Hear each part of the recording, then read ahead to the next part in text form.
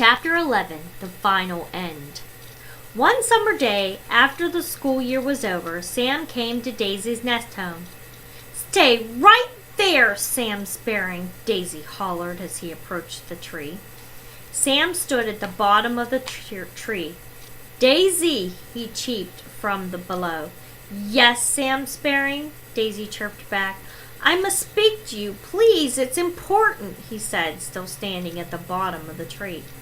"Sam Sparring," Daisy began, "you haven't talked to me very much this past year.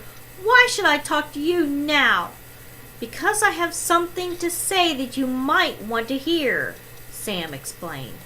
Papa overheard Sam and Daisy talking and came to the edge of the nest.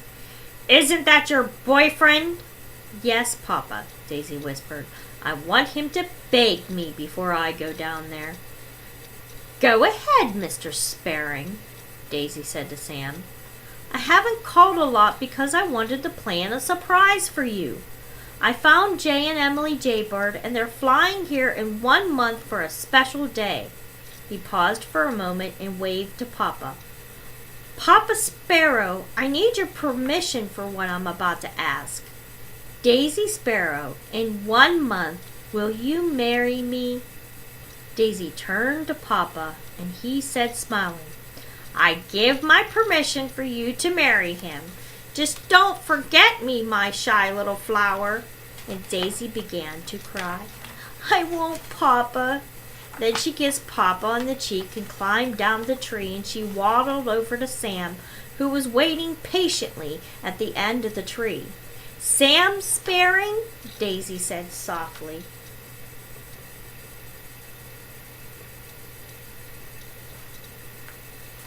"Yes, oh yes, I will." 1 month later, Sam and Daisy were on their way to the church to get married. "I knew you would look beautiful in a wedding gown," Mama Sparrow chirped.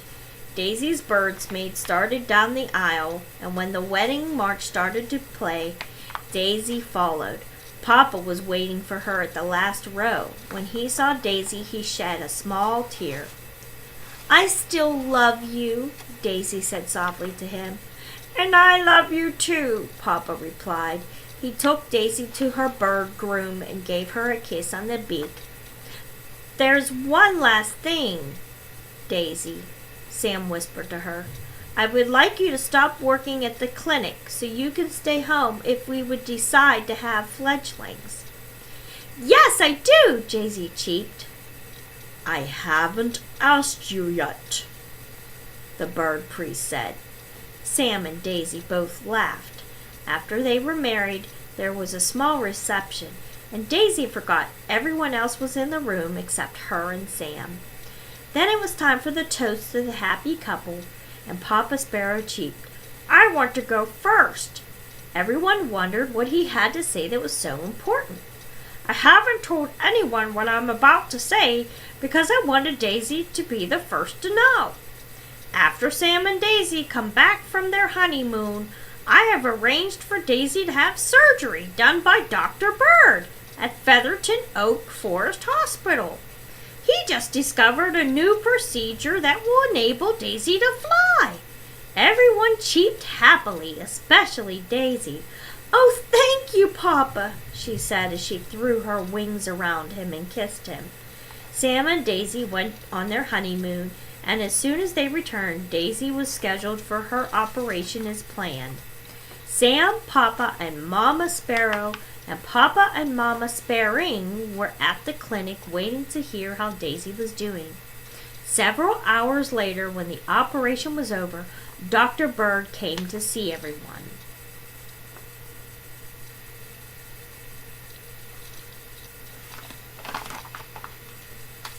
"Well," he began, "the operation was a success." Everyone started to cheep. "Daisy can fly." Then Dr. Bird interrupted. "But we found something else." Dr. Bird looked around at everyone. "What?" asked Papa Sparrow worriedly, and Dr. Bird took a deep breath and told them the news. 21 days later, in Birdsville Pine Forest, bird country, there was a very special sparrow family living in the middle tree. Papa Sam Sparring worked as a fledgling caretaker at Birdsville Elementary, and Mama Sparrow just stayed in their nest home. Papa Sparring was reading the daily bird news when he heard Mama cheep. "Papa, it's time." Papa put down his paper. "That time?" "Yes," Mama said happily.